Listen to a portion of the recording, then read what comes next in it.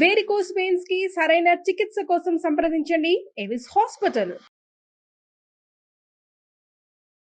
నమస్తే రమగారు. నమస్తే జయ. రమగారు, నదీ స్నానాలు, అలానే సముద్ర స్నానాలు, పుష్కరాలప్పుడు స్నానాలు, పుష్కరిణిలో స్నానాలు, మనం ఏదైనా ఆలయానికి వెళ్ళినప్పుడు అక్కడ పుష్కరిణి చూస్తూ ఉంటాం. ఒక్కొక్క పుష్కరిణికి ఒక్కొక్క విశిష్టత కూడా ఉంటుంది. ఇక్కడ చేస్తే సంతానం కలుగుతుందనో, ఐశ్వర్యం వృద్ధి చెందుతుందనో, ఆరోగ్య సమస్యలు తీరుతాయని కదా. వీటికి ఇట్లా స్పెసిఫిక్గా పెట్టడం కూడా జరుగుతుంది. ఇలా స్నానాలు ఎందుకు చేయమంటారు రమగారు? నీరు పంచభూతాల్లో ఒకటి. అంతే.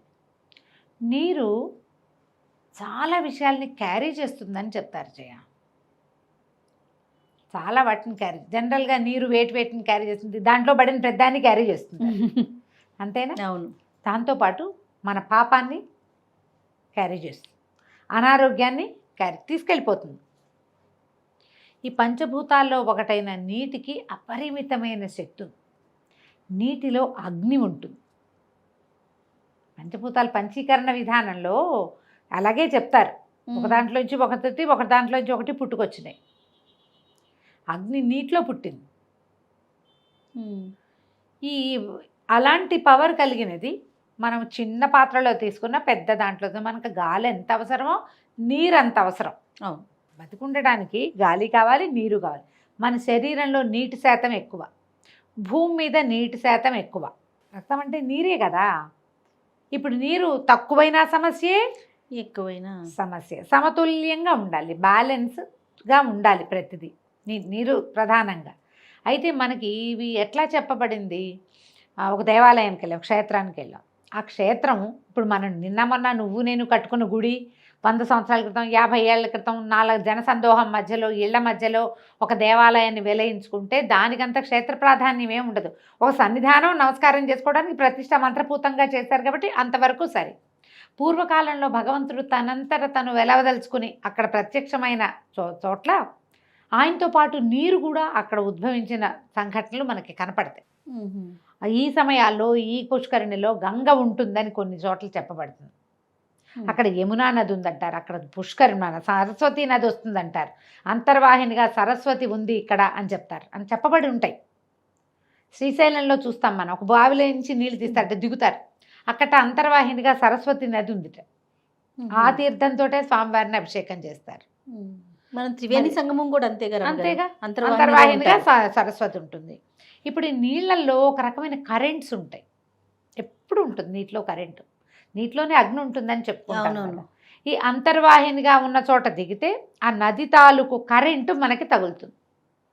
మన శరీరంలో కూడా కరెంటు ఉంది కాదు, ఉందా? అవునండి. ఈ శరీరపు కరెంటు నీళ్ళల్లో ఉన్న కరెంటు కలిస్తే శరీరం ఉత్తేజితం అవుతుంది, నరాలకి బలం వస్తుంది. అందుకని స్నానం తప్పకుండా చేయాలని చెప్తారు. మనకి ఇప్పుడు దేవాలయాల సంగతి చూద్దాం. ఇప్పుడు వెంకటనాయకుడు ఉన్నాడు కొండ మీద, తిరుమలలో స్వామి పుష్కరిణి. దాని శ్లోకం చెప్తారు, శ్రీవైకుంఠ విరక్తాయ స్వామి పుష్కరిణి తటే రమయా రమమాణాయ వెంకటేశాయ మంగళం అని. వైకుంఠం నుంచి విరక్తి పొంది స్వామి పుష్కరిణి తటంలో వెలిసాడు. ఇప్పుడు పుష్కరిణి స్వామి అంత పవిత్రమైందని కదా. అంతేగా, వైకుంఠం అంత పవిత్రమైంది. అలాంటి చోట మనం ఆ పుష్కరిణిలో మునిగి ఆయన దర్శనం చేస్తే మరింత ప్రీతిపాత్రంగా ఉంటాం మనం స్వామికి. ఇట్లా ప్రతి చోట ఈ దేవాలయాల దగ్గర ఉండే పుష్కరిణులు ప్రత్యేకంగా చెప్పబడతాయి. మనమే తవ్విన కోనేరు గుండము వేరు, స్వయంగా వెలిసింది స్వామివారితో పాటే అమ్మవారితో పాటే వెలిసింది, లేదా ఎవరికైనా వరం ఇచ్చింది ఈ పుష్కరిణిలో స్నానం ఎక్కడ నాదు. తర్వాత ఋషులు మహర్షులు తపస్సు చేసిన స్థలాల్లో పుష్కరిణులు వెలిసినవి ఉంటాయి. కాబట్టి పుష్కరిణి ఇంపార్టెంట్. ఈ పుష్కరిణిలో ఉప్పు వేయండి, దీంట్లో బెల్లం వేయండి. తిరువళ్ళూరు వీరరాఘవ స్వామి దేవస్థానం దగ్గర నేను వెళ్ళాను, కానీ ఆ పని చేయలేకపోయా. పెద్ద పుష్కరిణి ఉంది, బెల్లం వేస్తారమ్మా అని అడిగారు. బెల్లం ఎందుకు వేయటం అనుకున్నాను, నాకు తెలీదు. తర్వాత తెలుసుకున్నాను నేను, అక్కడ పుష్కరిణిలో బెల్లం వేస్తారు స్వామివారి ప్రీతికట. అక్కడ ఐతిహ్యం అలా ఉంది, మరి అది ముఖ్యమైన పనిగా చేసుకోవాలి. తర్వాత నదీ స్నానాలు, సముద్ర స్నానాలు తీసుకుందాం. నది అంటే ఏమీ లేదు, జీవం దాని నిండా ఉన్నదంతా జీవనది, అదేగా పాయింట్.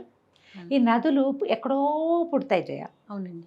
దాని ఆరిజిన్ చాలా చిన్న ప్లేస్లో కనపడుతుంది. ఒక మహత్తరమైన శక్తి ఏదో నీటి రూపంలో బయటకు వస్తుంది. నదులు ఎక్కడి నుంచి పుడతాయి, దానికి పుట్టడానికి ఒక ప్లేస్ ఉందంటే ఆ భూమిలో నుంచి వచ్చిందనే కదా అర్థం.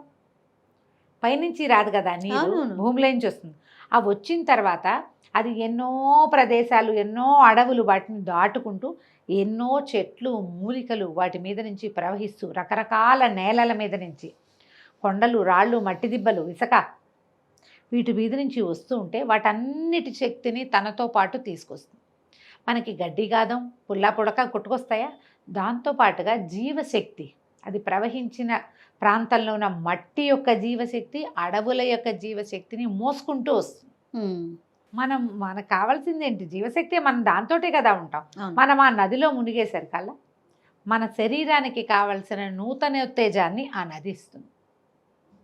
ఎక్కడ నది పరివాహక ప్రాంతానికి మనం వెళ్ళినా, ఓ దేవాలయానికి వెళ్ళాం, అక్కడ పక్కన నది ఉంది, స్నానం చేయి అందులో తప్పకుండా, ఎక్కడో చోట.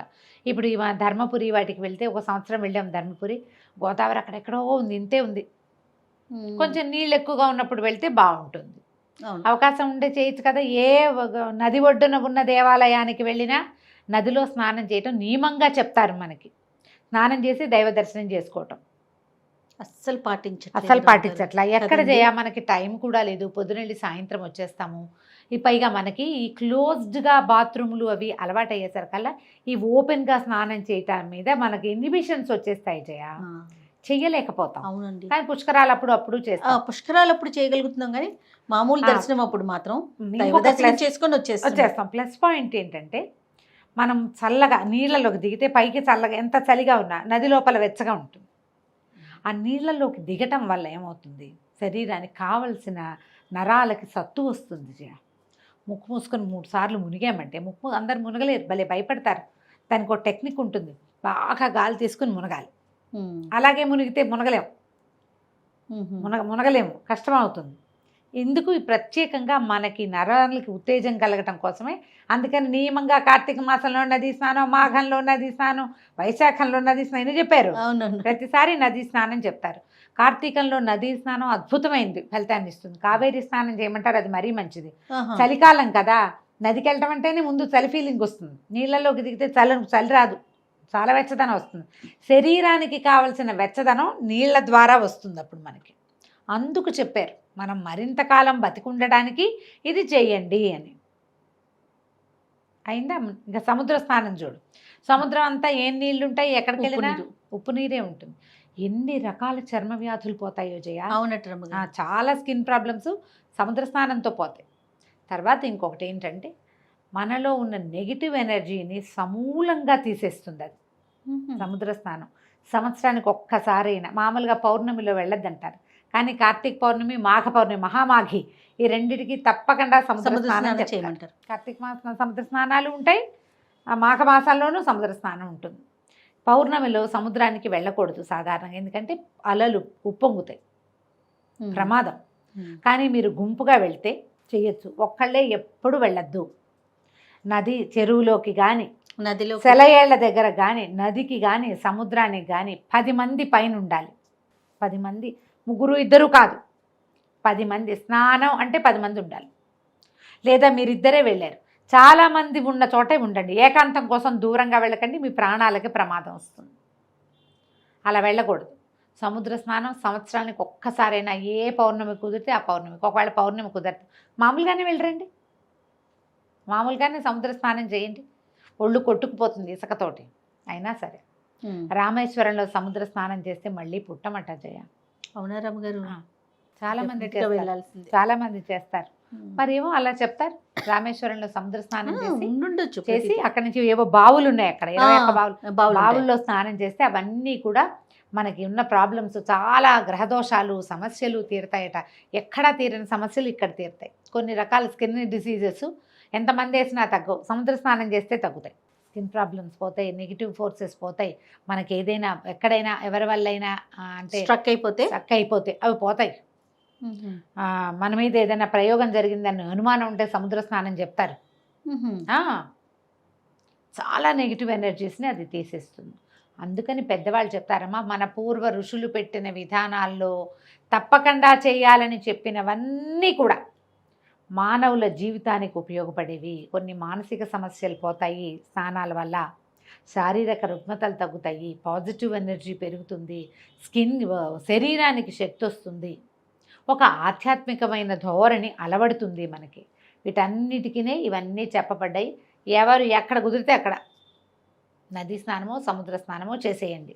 తప్పకుండా ఏడాదికి ఒకసారి ఒక నది ఒకసారి సముద్ర స్నానం అని పెట్టుకోండి. ట్రిప్స్ వెళ్తున్నాం కదా మనం ఇప్పుడు, అవును. శుభ్రంగా వెళ్ళి మునగచ్చు ఎక్కడో చోట. ఆ, ఈ మునిగేటప్పుడు మీరు ఏదో ఫ్యాన్సీగా చేస్తున్నామని కాకుండా ఇది భక్తిని. ఋషి విధానంతో, ఋషిప్రోక్తమైన విధానము, ఆర్ష సాంప్రదాయము అన్న జ్ఞప్తితోటి చేస్తే మీకు కూడా కొంచెం ఆధ్యాత్మిక వికాసం కలుగుతుంది, స్పిరిచువల్ ఐడియాస్ పెరుగుతాయి. అంతే. తప్పకుండా రమ్య గారు. నమస్తే. నమస్తే.